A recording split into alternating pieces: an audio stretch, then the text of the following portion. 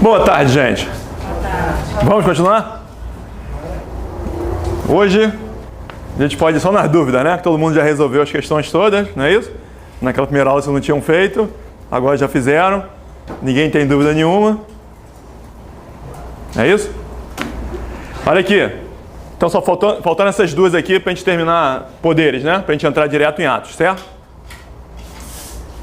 E aí, tranquilo isso daí? Sobre o tema poderes administrativos, o que está correto? Letra? D, né? Algum problema? Hierarquia ou escalonamento vertical, né? Então, A, B e C estão errados, né? Algum problema? Tranquilo. Só comentar a B, regulamento autônomo.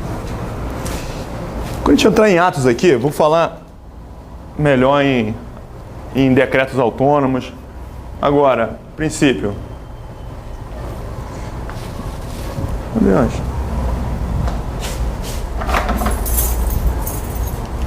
já entrando na parte de atos administrativos, já que a gente vai começar agora, né? A regra dos decretos é que os decretos... Primeiro, o que é decreto? Vou fazer uma pergunta logo para vocês. Vamos lá, começar por aqui. Quais são as espécies de atos administrativos? Já decoraram as iniciais, não é isso? NONEP. O que é isso aqui? Normativos, ordinatórios, negociais, enunciativos, punitivos. Espécie, né? Punitivos, certo? E aí? Os decretos são atos de que espécie? Questão direta em prova mais de uma vez. Normativo. Gabarito, letra A, né? Normativo. Certo? Certo. Essa é a resposta da prova. Mas nem sempre, hein? Na verdade, decreto é ato de competência do chefe do Poder Executivo. O chefe do Poder Executivo só edita decreto e só os decretos é que são editados pelo chefe do Executivo. Ou seja, ele não edita nenhum outro tipo de ato e nenhuma outra autoridade que não seja o chefe do Executivo pode editar decreto, certo? O ato administrativo é a maneira pela qual o agente se manifesta. Então, o decreto é a maneira pela qual o chefe do Executivo se manifesta. No âmbito federal, estadual, municipal, né? Presidente da República, governador, prefeito, certo? Então, vou fazer uma pergunta para vocês já, puxando um pouquinho de Estatuto Federal. Está na ponta da língua de Estatuto de vocês, né? Estatuto Federal, coloca lá.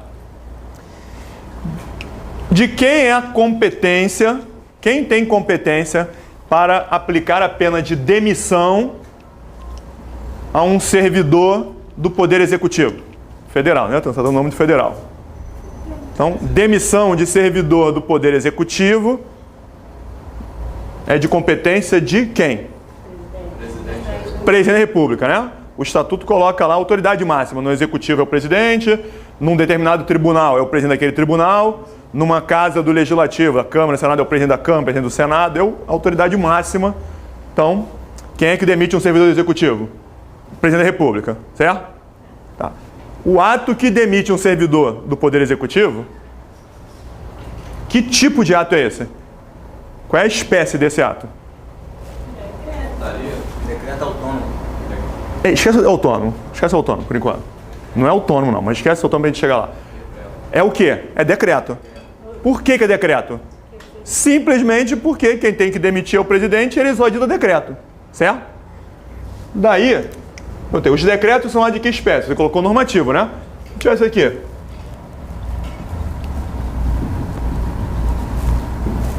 Deixa eu puxar isso aquilo ali.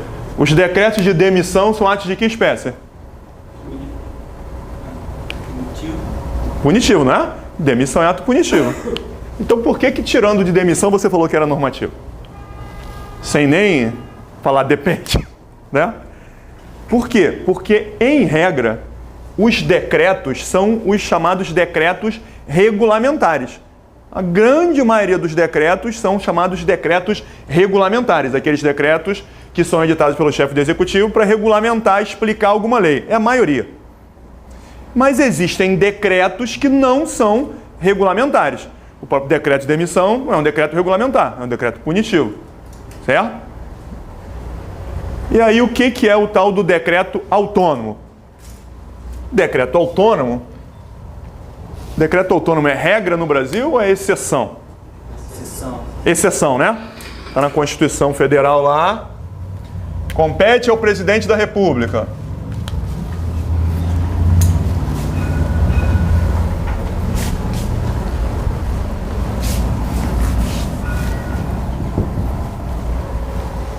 No inciso 4, vamos lá. Compete ao presidente da República editar decretos para a fiel execução das leis. Esses é que são os chamados de decretos? Não. Esses decretos são editados para quê? São decretos editados para que se saiba como executar, como cumprir, como seguir uma lei. Esses é que são os decretos regulamentares. Ou decreto de... Qual é essa palavra? Decreto de execução, certo? Compete à presidência da República editar decretos e regulamentos para a fiel execução das leis. Então esse é o decreto regulamentar, que explica, regulamenta a lei. Decreto de execução, já caiu em prova. O que é decreto de execução? É esse aqui. Seria como... a letra B de bola da questão 11? É, ele está perguntando para a gente tratar da letra B de bola. Vamos chegar lá. Não. Então, esse aqui é o decreto regulamentar ou o decreto de execução. E aí, lá no inciso 6, também tem decreto no 6, né? Isso aqui é artigo 84, não é isso? Procure artigo 84 da Constituição.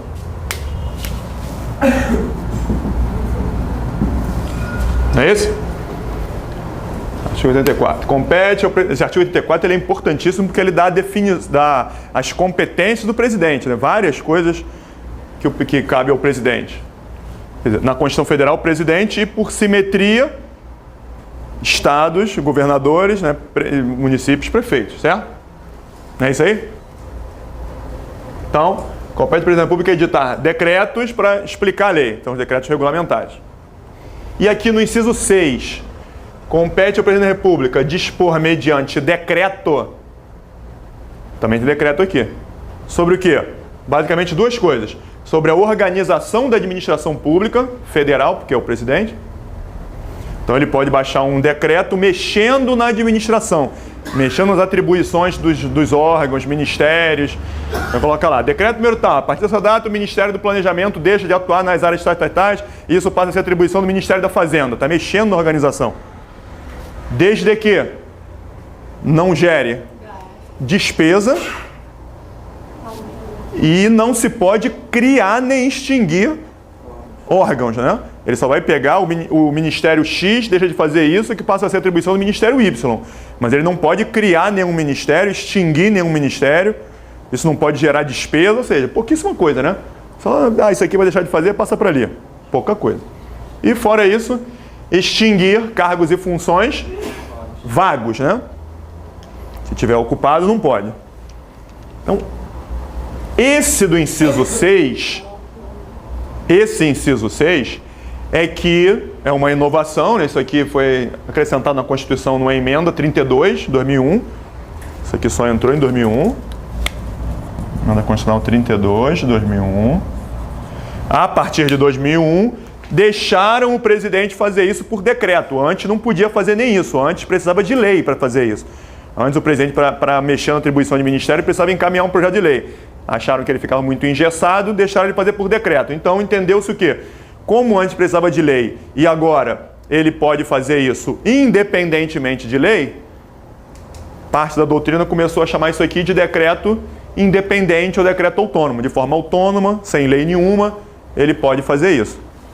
Isso aqui é uma coisa muito restrita, né?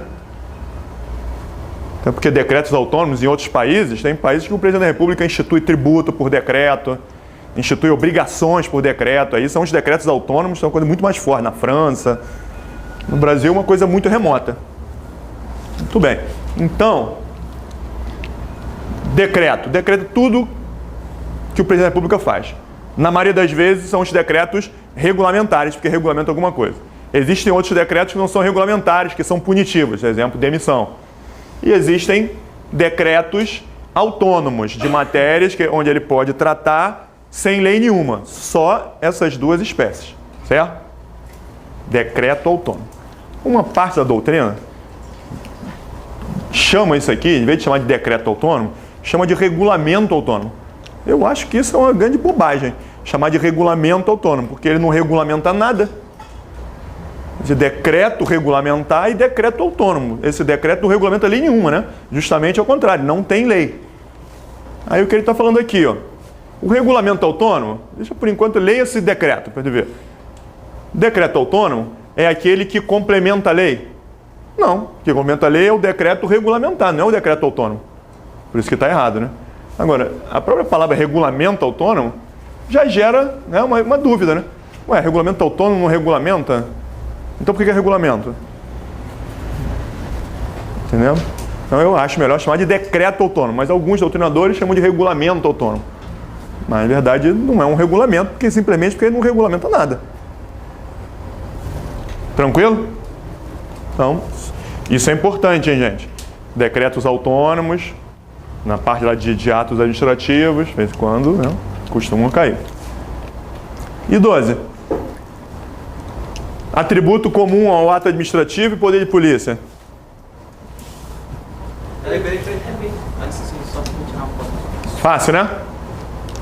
Quais são os atributos do poder de polícia, que a gente já viu?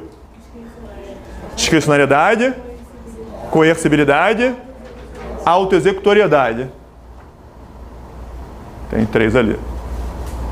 E quais são os atributos ou características dos atos administrativos em geral?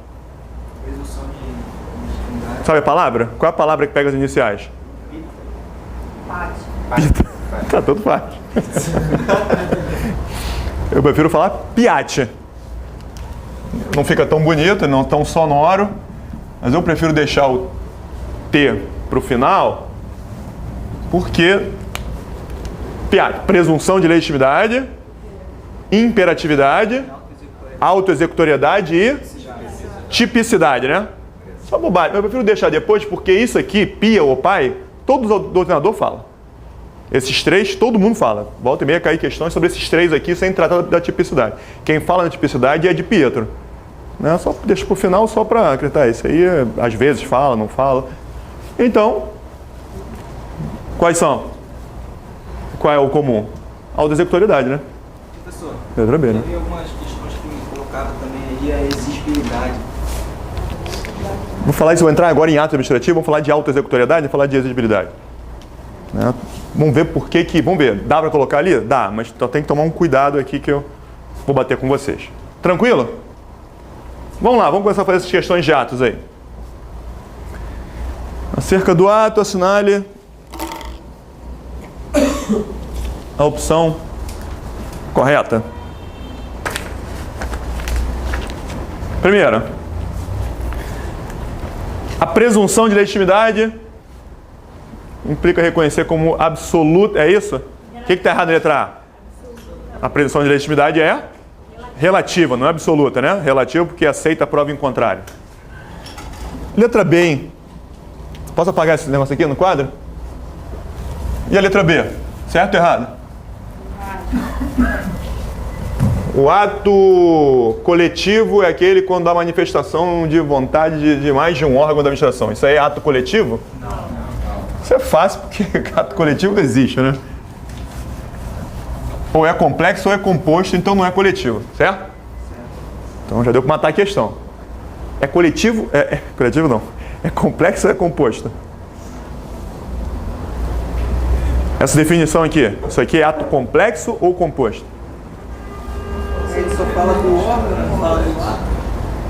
E aí? Não dá pra saber se é complexo. Não dá para saber? Eu também quem, né? Pelo jeito você está estudando pelo livro da Di Pietro. É complexo. Problema. Você estuda pelo livro da Di Pietro, né? Olha aqui, ó. Temos que entender o seguinte. Primeiro, a classificação. Atos simples, complexos e compostos, certo?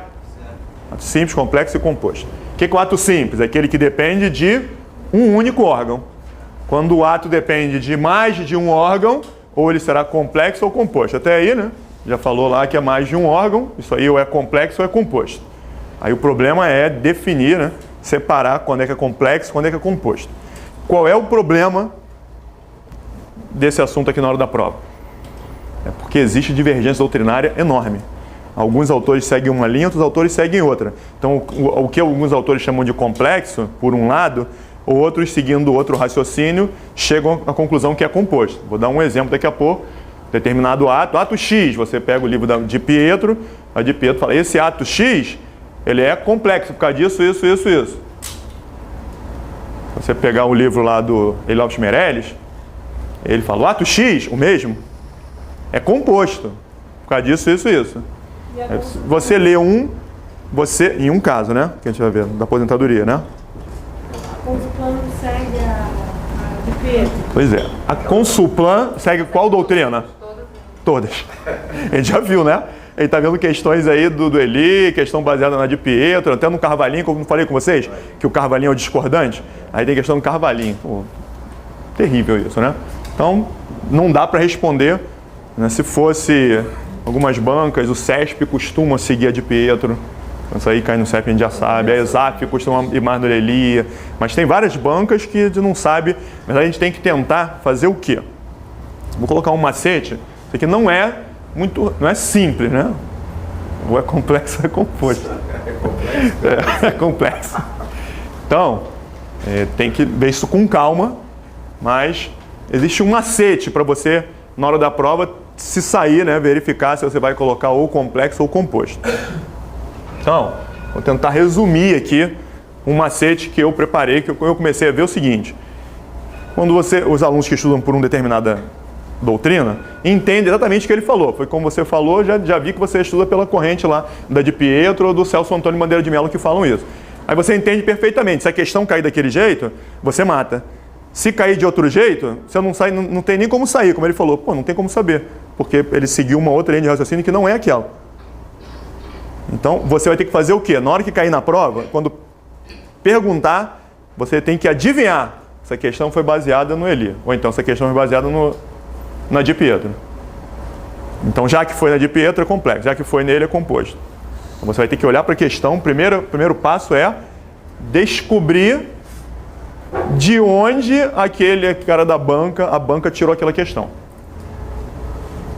Se você não conseguir fazer isso, já era, perdeu a questão. Então, a ideia mais ou menos é a seguinte, ó.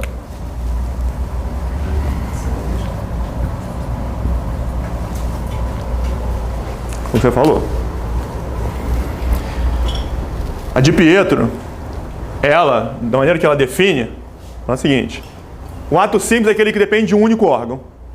Ato complexo é aquele que depende de mais de um órgão, mais de um, vamos supor que seriam dois, né? Pode ser dois ou mais. Então, ato complexo é aquele que depende de dois órgãos, no qual os dois órgãos se juntam para editar um ato único. Ato composto é aquele que depende de dois órgãos, mas cada um edita um ato. O órgão 1 edita o ato 1, o órgão 2 edita o ato 2, vamos juntar isso tudo. Isso é o ato composto. Eu acho que é na verdade, uma composição de atos. Então ela se prende muito, na definição, na quantidade de atos que estão sendo editados.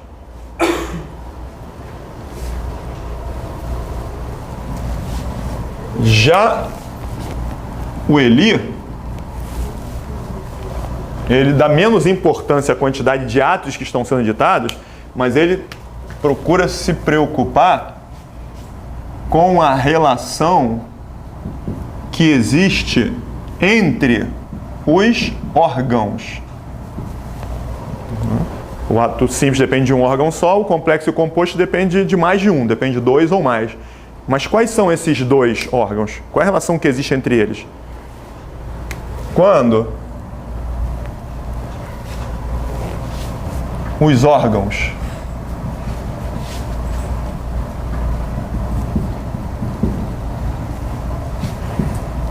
manifestam a sua vontade de forma autônoma Isso aqui é um ato complexo. Depende do órgão 1 e do órgão 2. Na verdade, o órgão 1 tem que querer aquilo, manifesta sua vontade, quero fazer. O órgão 2 também manifesta sua vontade, quero fazer. E aí os dois querendo, aquilo ali, esse ato será produzido. Com a manifestação de vontade de ambos os órgãos, manifestações independentes e autônomas de cada um, porque um não manda no outro. O ato composto é quando acontece isso aqui, ó.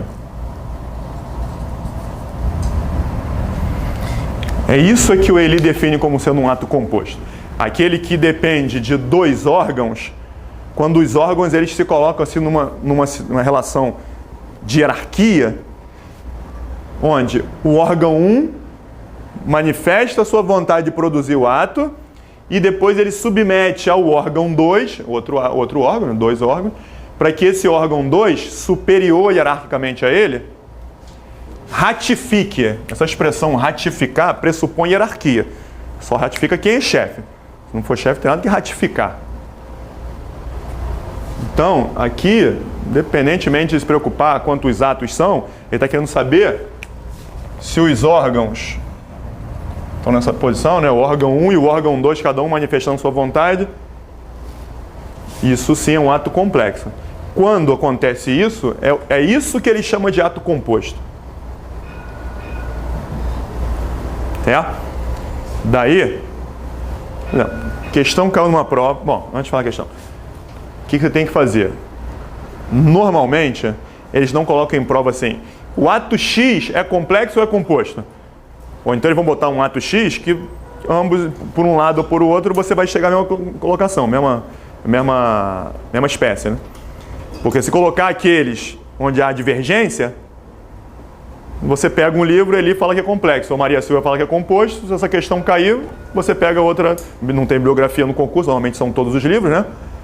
Normalmente a maioria das vezes são todos os livros, a questão será facilmente anulada. Gabarito, complexo, você pega o livro da Maria Silva, a Maria Silva fala que é composto, anula. Aí composto, você pega o livro do Celso Lombardi de Mello e fala que é complexo, anula. Então a maioria das vezes eles não falam assim, o ato tal é o quê? Na maioria das vezes não fazem isso. O que eles costumam fazer é colocar definição. E com base na definição, você tentar descobrir, tentar perceber qual é a linha de raciocínio que está sendo seguida. Qual é a linha de raciocínio? Está dizendo quantos atos são? Um complexo mais de um composto. Um complexo mais de um composto. Aí às vezes ele coloca assim, o ato que depende da participação de dois órgãos, quando um deles edita o ato principal, usou a palavra principal, acabou, né? Se um órgão está editando o ato principal, porque tem um outro que não é o principal. É o secundário, é o acessório. Então, depende da participação de dois órgãos, quando um deles edita o ato principal. Edita o ato principal, então, composto, acabou. Então, quantidade de atos. Ou, se a questão não falar, como você tinha falado, né? Vamos tentar perceber se ele tenta situar os órgãos, as vontades. Lê agora ali. Aquela questão, adivinha, a definição ali é de quem? Da de Pietro ou do Eli? Hein? Eli, né?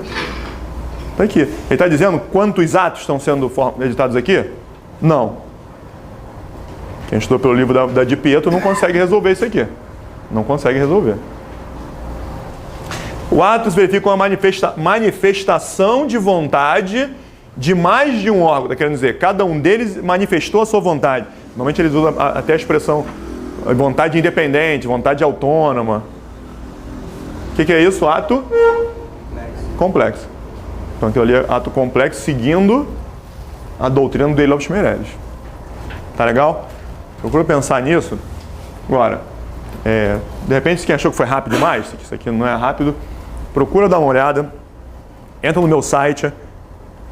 Eu sempre quando eu dou aula disso aqui, eu explico, mas eu sei que isso é... Então, no meu livro, quando eu desenvolvi isso aqui, e aí fui explicando, ó, por aqui, porque quando eu comecei a estudar o concurso, eu já vi que esse negócio, cara, não tinha jeito, mas como é que você acerta isso? Se for por um lado, eu vou errado, se for por aqui, aí eu fiquei, todo livro que você pegar, qualquer livro que você pegar, ele tenta, ó, na visão de não sei quem, ela explica aquilo de tudo, beleza, mas nessa visão, mas não vê outras visões, o cara não fica comparando. Aí eu fiquei, como é que eu vou, aí cheguei a essa conclusão, não, tem que ser aqui. Cheguei a essa conclusão, peguei as questões de concurso todo que havia na época, comecei a testar. né? Dá certo, é por aí mesmo. Então, no meu livro fui explicando e colocando questões, né? Essa aqui, tá vendo? Essa aqui é ato complexo, por causa disso, isso. Essa aqui, o gabarito é composto, porque seguiu aquilo ali. Isso aí são umas 5 ou 6 páginas. Aí essa parte do meu livro está disponibilizada no meu site. Tem vários trechos do meu livro que eu disponibilizo no site, o pessoal fazer um download, baixar, dar uma olhada, né? Até ganho tempo quando eu dou dando teoria. E até, de repente, ali o pessoal olha, gosta, né? Pô, o cara escreve bem, de repente vai que... né? Até procura o livro. Então entra lá, sabem qual é o meu site, já falei com vocês, né? Tem meu nome aí no material? Tem Gustavo Quinoplock? Então, não tem no rodapé aí, não, é gustavoquinoplock.com.br. É só botar Gustavo, né? Que parece o Kirten. Você botar... tu tava lá. É só botar, bota no Google, você bota Gustavo K. Quando botar Gustavo K, aparece logo qual? Gustavo Kirten, claro. Gustavo Kirten, né? Aí também é demais. Mas Gustavo Kirten. Agora tem um, cara, que é blogueiro, que eu descobri agora, eu não sei o nome, mas eu sei que tem um que é youtuber, né? Aí eu gostava, tem um Gustavo Coloche, não sei o que, tá aparecendo lá na minha frente já. Pra procurar, Gustavo K, Gustavo Quinoplock, entra lá, clica na capa do livro, tem várias matérias lá, dá uma olhada nisso aqui, porque isso aí tem que olhar com calma. Foi? Olha aqui, responde pra mim então, a questão que caiu num concurso uma vez, estava dizendo assim, envolve atos e envolve licitação. Estava dizendo o seguinte, a dispensa de licitação que, de acordo com a Lei 8666, deve ser editada por um órgão e submetida ao órgão superior para ratificação, está na Lei 8666, tanto dispensa quanto inexigibilidade. Elas são feitas por um órgão e tem que subir para ratificação. Então, a dispensa de licitação, porque é editada por um órgão e deve ser ratificada pelo órgão superior, a dispensa de licitação é ato simples, complexo ou composto? Quem diz isso? É isso aqui, né? Típico, né? Quando caiu aquilo lá, pô, isso aqui. Você leu da Maria Silvia, vai ficar na dúvida, né? Ela não fala de dispensa de licitação, por exemplo. Que não tem a ver com a linha de raciocínio dela, né? Então o gabarito foi isso aqui. Aquela nomeação de ministro que precisa ser ratificada pelo Senado. Essa é a primeira que dá problema. As autoridades que são nomeadas pelo Presidente da República, mas que dependem de aprovação pelo Senado. Procurador-Geral da República, ministro do Supremo, ministro dos Tribunais Superiores, dirigente de agência reguladora, né, Anatel, ANEEL. Então, por exemplo, o PGR, Procurador da República. O presidente escolhe alguns nomes, encaminha, o Senado aprova, ou não, né? Vai sabatinar, então o Senado aprova, e depois, se aprovar, o presidente nomeia, se quiser, né? Se quiser. Então, a nomeação do Procurador-Geral da República é ato simples, complexo ou composto? Bom, antes quebra a cabeça. Lê no livro da Maria Silva de Pietro, ela fala o seguinte: o Senado Federal, olha só, Senado e Presidência da República, eles se juntam para editar o ato de nomeação? O ato de nomeação vem assinado pelos senadores? Não. O Senado edita o ato de aprovação, depois o Presidente da República edita o ato de nomeação. Onde o ato principal é o ato de nomeação, mas existe um ato acessório, que é o ato de aprovação. Então ela define a nomeação do Procurador da República, porque o Presidente da República edita o ato principal de nomeação, mas depende do ato acessório de aprovação pelo Senado Federal. O que ela fala? Complexo ou composto? Complexo. Ato de nomeação, ato de aprovação. Ato de nomeação é o principal, tem outro. Ela fala que é ato composto. Porque não é um ato só, não é um ato só de nomeação. Ela fala que é composto. E o Eli se preocupando com os órgãos, não existe relação de hierarquia entre Senado e Presidência. O Eli fala que é ato complexo. Tá aí um que... Tem alguns que dão de discussão, né? Se você começar por um lado ou por outro. Então, normalmente, chegar na prova, eles não devem perguntar na prova da Consulplan, que a gente não sabe para onde é lá. Nomeação do PGR é o que? Ato complexo ou composto? Essa questão tem que ser anulada. Você pode pegar a doutrina dos dois lados. Certo? Normalmente eles têm que dar definição. Aí você vai por um ou por outro. Mas os dois concordam que o ato complexo é um ato só e o composto é Não falam, ele não procura não falar. Como cada um segue por uma linha de raciocínio diferente. No caso da presidência, é um ato só. E olha só, vou falar uma coisa. Eu já tentei, no início, eu tentei ver um e depois tentar comparar aquela linha de raciocínio com o do outro para ver o que você está fazendo. Normalmente a gente tenta fazer isso, né? Aí comecei a ver que toda vez que a gente faz isso, a gente entra num caminho sem saída. Porque senão o Eli não falaria com todas as letras que esse aqui é complexo e é de Pietro composto. Cada um fala uma coisa. Então, se você procurar comparar uma doutrina com a outra, você não está testando nenhum dos dois, nenhum dos dois precisam da sua, né? Os dois já são doutrinas. E aí você vai começar a ver que você não sai. Então, eu procurei voltar, falei, não vai dar. Se ficar desse jeito, né, por aqui, tentar comparar um com o outro, não dá. Tem que tentar descobrir isso aqui. São linhas de raciocínio diferentes, né? Esse aqui se preocupa com a quantidade de atos e ela não se preocupa em se os órgãos são independentes ou se são uma relação hierárquica. Assim como ele se preocupa em ver a relação entre os órgãos, não se preocupa em dizer se é um ato só, se são dois, ele não fala. Então, melhor coisa é assim. Melhor coisa é isso aqui. Seria complexo, porque é um ato só. Para ela é composto porque são dois atos. É o ato de nomeação e o ato de aprovação. E aí haveria a hierarquia para ela, nesse caso. Ela não se preocupa com hierarquia. Ela não se preocupa. Quantos atos são?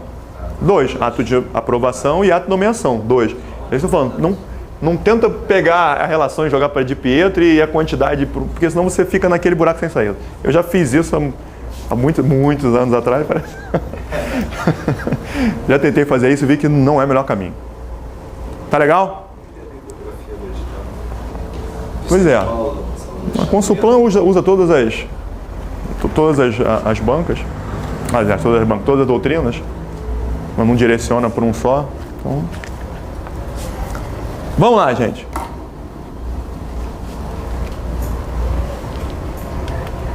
Certo. O silêncio da administração em face da legalidade, não sei o que lá, não gera efeitos jurídicos. Entra a ser uma afirmativa meio capciosa. Não posso dizer que sim nem que não. Porque, às vezes, o silêncio gera efeitos quando a lei diz que gera. A questão não falou isso, né? Mas muitas das vezes, né? O particular vai entrar com um pedido de não sei o quê. Se o pedido não for apreciado dentro de 30 dias, o requerente tem o direito de começar a iniciar a atividade, até que seja analisado. Então, às vezes, a lei, primeiro precisa da legalidade, né? Olha só, a administração só pode fazer o que está na lei. Então, você entrou com um pedido, não teve resposta. O agente não pode, então, já não teve resposta, fica todo mundo esperando, né? Porque não pode fazer o que não está na lei. Agora, muitas das vezes, a lei dá efeitos jurídicos ao silêncio. Se não houver posicionamento dentro do prazo e tal, significa dizer que está deferido provisoriamente até que aquilo seja analisado. Negativo. Então depende, às vezes a lei fala que dá direito, gera efeito ou não, né? É relativo isso aqui. Agora, que é o errado, né? Que é o certo, né? Então, letra D, certo, né? Certo. Tá certo a letra D? Tá certo.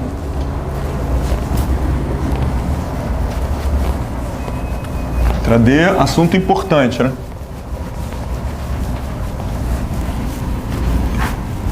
Quais são os elementos do ato administrativo, gente? Qual é a palavra que pega as iniciais? O quê?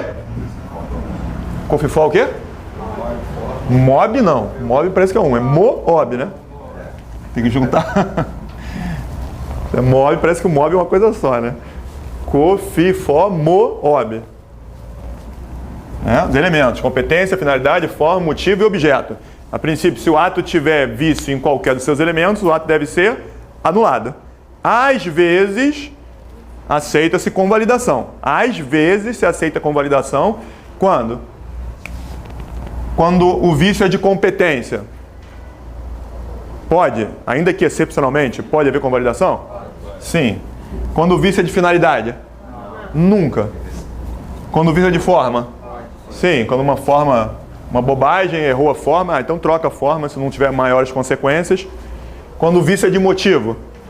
Não, o motivo é falso. E quando o vício é de objeto? Também não. Objeto ilícito não tem como convalidar um ato que objeto ilícito. Certo? Então, só o que permite convalidação, às vezes, é por competência ou forma. É o que ele está dizendo aí, né? É nulo, não é anulável, né? Ato anulável é aquele que pode ser convalidado. O ato nulo é aquele que não pode ser convalidado. Então, é nulo, não pode ser convalidado o ato que tem vício de objeto. Tranquilo? Certinho.